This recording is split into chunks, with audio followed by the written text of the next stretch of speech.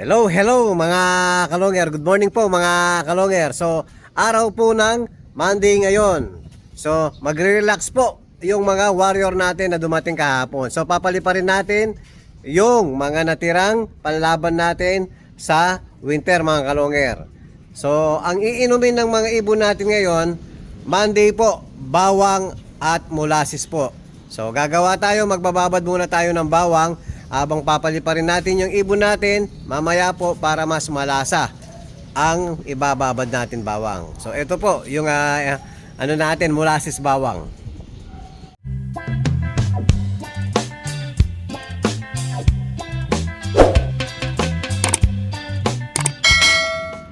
Hello mga kalonger. Ayan po, naka-prepare na po yung ano natin, didikdikin natin yung bawang. Ayan oh.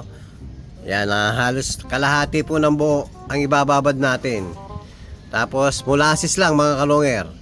So every Monday po, ganyan po yung pinapainom natin.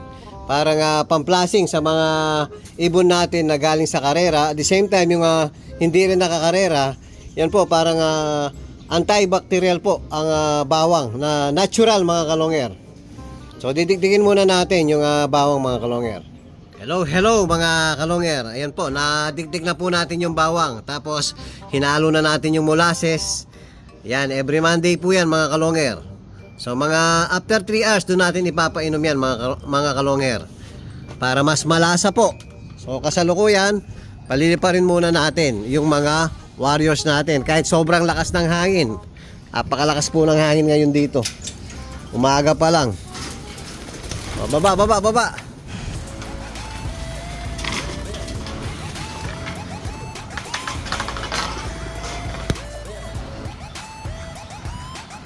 Labas!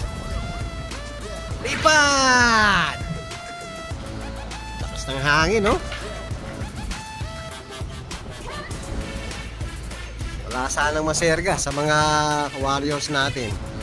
Pag kasi po malakas ang hangin, pababa na sila, pagpaikot na dito sa may loop natin, yun, hindi nila minsan nakokontrol yung pag-ikot nila dahil nga sobrang lakas ng hangin mga kalonger. Ayan, hintayin natin yung mga pinakawalan natin. Hello mga kalonger. Haba po nga nagpapalibad tayo. Ayan, dumating si Sir Alex. Hello sir, good morning. Good morning. Ayan, magdi-DNA tayo ng ibon. Ayan mga kalonger. So naka-prepare na po yung pang DNA natin. Ayan yung envelope na may filter paper. So ang gagawin natin, isusulat natin mga kalonger yung details ng ibon. Ayan, yung kumpleto yung gamit natin.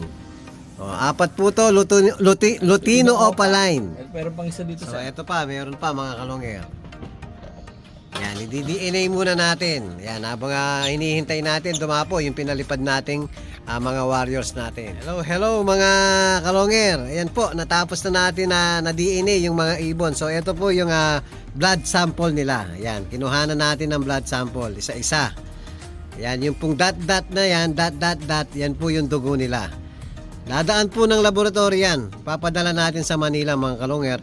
Tapos, para malaman ni Sir Alex yung gender ng mga ibon. Tama sir, tama. Iba kasi yung pag nagbibenta tayo, yung bumibili, alam na po yung gender ng ibon. Siguradong lalaki tsaka babae. Oo, parang hindi nakakapa, no sir? Oo sir. Para sure. Yan mga kalonger, yung mga nagtatanong, yung gustong magpa-DNA ng ibon, tuloy-tuloy pa rin yung DNA natin mga kalonger. So yung gustong magpa-service, kung malapit lang po, pupuntahan natin yan. Yung mas malapit sa atin, kung gustong pumasyal sa bahay, dalhin nyo po yung mga ibon nyo. Yan, di-DNA natin kagaya yan mga kalonger. Yan, maraming salamat kay Sir Alex. Thank you sir, thank you. Maraming salamat din sir. Thank you very much. Hello mga kalonger. Ayan po, napapasok na natin yung mga warriors natin. Yan, papakainin na po natin. Biglang umulan mga kalonger. So dito na muna sa loob, kakain yung mga warriors natin. Ayan si Checkered, oh. Kain. Yan mga kalonger, pellets. Pellets muna, inuuna natin lagi. Ayan, Bimeg Integra Power Max.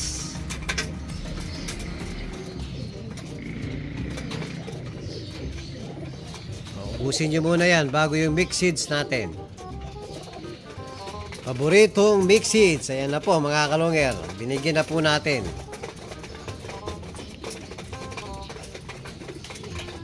Ayan, madaling nakarecover yung mga ibon natin.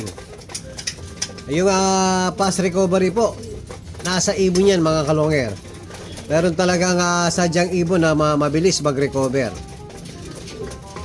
Meron naman na ibon mga kalonger, 2 days na galing sa race. Hindi pa rin naka-recover. So mas maganda po yung mabilis mag-recover na ibon. Tapos yung molasses, bawang mga kalonger. Oh, inom.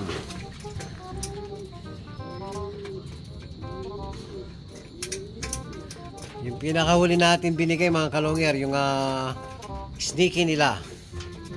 Tapos minsan mga kalonger, pag sinipag tayo, umakit pa tayo ng mga 11 PM. Pinamimerienda pa natin yung mga warriors natin mga kalonger.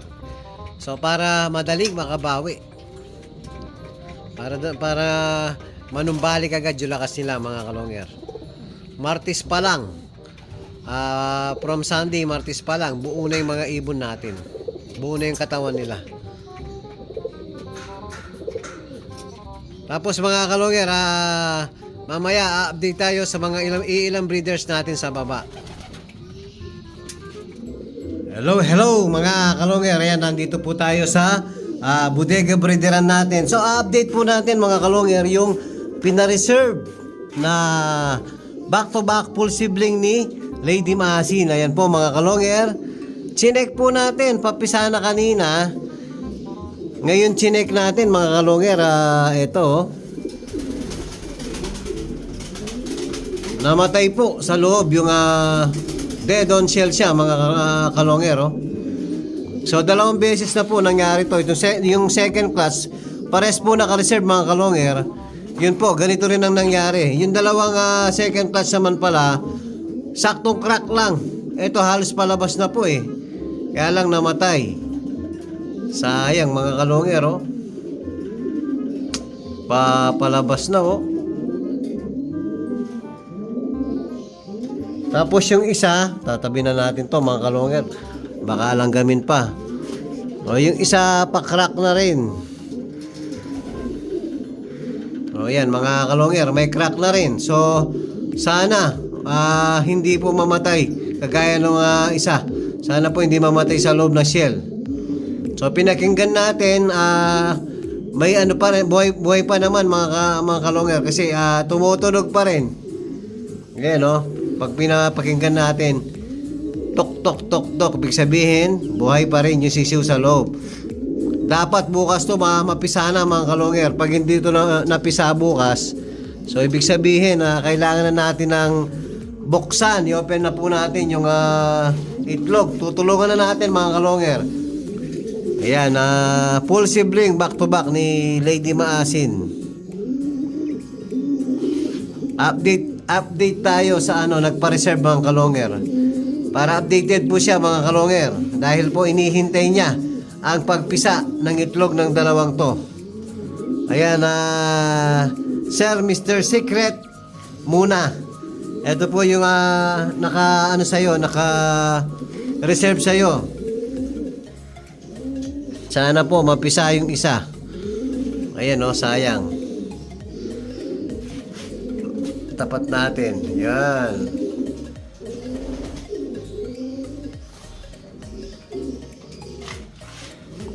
Ayan po yung update natin sa Parisan back to back full sibling ni Lady Maasin. At kung bago pa lang kayo sa aking channel, huwag kalimutan mag-subscribe, like and share at pag-ipindot na rin po yung notification bell, pati na rin po yung all para updated kayo sa mga bagong video natin. So ilang po mga kalonger. Maraming salamat po. Keep safe and God bless.